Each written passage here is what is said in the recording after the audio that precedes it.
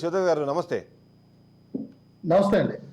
ఇవాళ చూస్తున్నామంటే ఏదైతే అంటే మీరు మొదటి నుంచి బీజేపీ పార్టీతో కలిసి వెళ్ళినా సరే 2019 సమయంలో టీడీపీ పైన అంటే చాలా ఘాటైన వ్యాఖ్యలు చేశారు. ఆ తర్వాత పరిస్థితుల్లో మేము గెలవడం కన్నా ఎదుటి వాళ్ళు ఓడిపోవడం చాలా కీలకమనే లాంటి కొన్ని స్టేట్మెంట్స్ ఇవ్వడము, వైసీపీ ముక్త ఆంధ్రప్రదేశ్ కావాలి, అందులో భాగంగానే ఏదైతే వ్యతిరేక ఓటు చీలకుండా ఉండేందుకు ఎవరితో అయినా సరే కూటమిగా జత కట్టి మేము ముందుకు వెళ్తామని మీరు గతంలో చెప్పారు.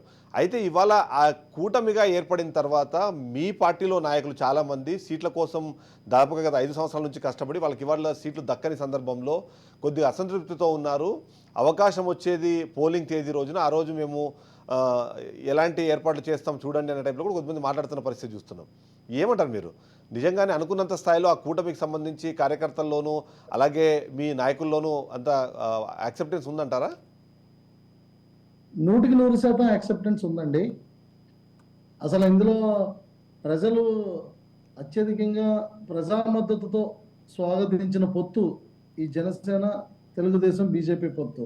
ఈ పొత్తు ఈ రోజు వచ్చింది అంటే దానికి ముఖ్య కారణం పవన్ కళ్యాణ్ గారి ప్రయత్నం అని చెప్పాలి. ఎందుకనంటే ఆయన ఏదైతే ఇప్పుడు వ్యతిరేక ఓట్లు చీలనివ్వను అని చెప్పి ఆయన ఒక వ్యాఖ్యని మాకు గత 2.5 సంవత్సరాల క్రితం ఏదైతే మరి ఇప్పటికో మహాసభలో చెప్పారో, మా పార్టీ ఆవిర్భావ సభలో, ఆనాటి నుంచి ఈనాటి వరకు ఆయన ప్రయత్నం ఎక్కడా కూడా విఫలం అవ్వకుండా సఫలమయ్యే విధంగా ప్రతి అడుగు వేశారు.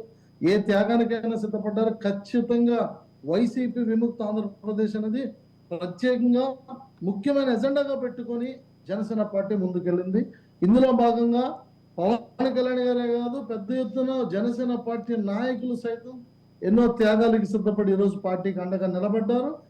దాంట్లో విజయానికి సంకేతం మొన్న చిలకలూరుపేటలో జరిగిన సభ, జనసేన, తెలుగుదేశం, బీజేపీ కలయికలో జరిగిన సభ, లక్షలాది మంది జనాభా రావడం, లక్షలాది మంది జన సైనికులు కానీ, తెలుగుదేశం కార్యకర్తలు కానీ, బీజేపీ కార్యకర్తలు కానీ వీళ్ళందరూ కూడా వచ్చి నిజంగా ఎంత మద్దతుగా నిలబడ్డారు.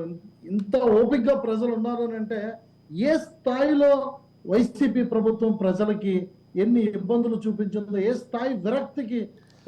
అయితే ఇక్కడ ఒక పాయింట్ ఏంటంటే, ఇప్పుడు మీరు ఏదైతే మాట్లాడుతున్నారో అదంతా బాగుంది. అయితే జనసేన పార్టీని మరింతగా ప్రజల్లోకి తీసుకెళ్ళడం కోసమో లేకపోతే పవన్ కళ్యాణ్ సీఎం అవడం కోసమో చేసే ప్రయత్నంగా అయితే మనం చూడొచ్చు. కానీ బట్ చీవాట్లు తిన్నాను నేను, గంటలు ఎదురు చూశాను, ఇలాంటి మాటలన్నీ మాట్లాడే క్రమంలో ఇవన్నీ కేవలం కూటమి కట్టడానికి అంత ఆ స్థాయిలో ఒక రిస్క్ తీసుకోవడం అవసరం అన్న ప్రశ్న కూడా చాలా మందిలో ఉంది. ఎందుకంటే మీ పార్టీకి సంబంధించి ఎంతో కొంత గత ఎన్నికలతో పోలిస్తే ఈసారి బాగా స్ట్రాంగ్ అయ్యారు అన్నది ప్రతి ఒక్కరూ మాట్లాడుకుంటారు. ఆ సందర్భంలో మీ పార్టీని బతికించడానికి కాకుండా కూటమి కట్టడానికి బీజేపీ పార్టీతో చీవాట్లు తినేంత అవసరం ఏమున్నది అనేది కొంతమంది ప్రశ్న.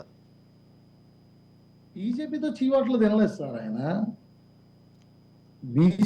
బీజేపీ పార్టీతో ఆయన చీవాట్లు తినలేదు. బీజేపీ పార్టీలో ప్రధాని మోడీ గారు అత్యధికమైన ప్రేమ చూపించే నాయకులు ఆంధ్ర రాష్ట్రంలో.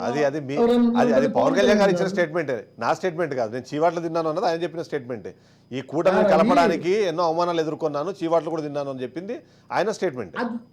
సార్ అది కొంతమంది నాయకులు, ఏదైతే కొన్ని కుల సంఘాల నాయకులు ఉన్నారో, లేకపోతే కొంతమంది ఎవరైతే దీన్ని వ్యతిరేకించాలన్నారో వాళ్ళ దగ్గర నుంచి ఆయన ఎదుర్కొన్నారు తప్పితే కానీ అంతకు మించి ఆయన ఎప్పుడు కూడా ఆయన్ని ప్రత్యేకంగా బీజేపీ పార్టీ వ్యతిరేకించినట్టు కానీ, లేకపోతే ప్రత్యేకంగా తెలుగుదేశం పార్టీ వ్యతిరేకించినట్టు అలాంటి సందర్భాలు ఏం లేవండి.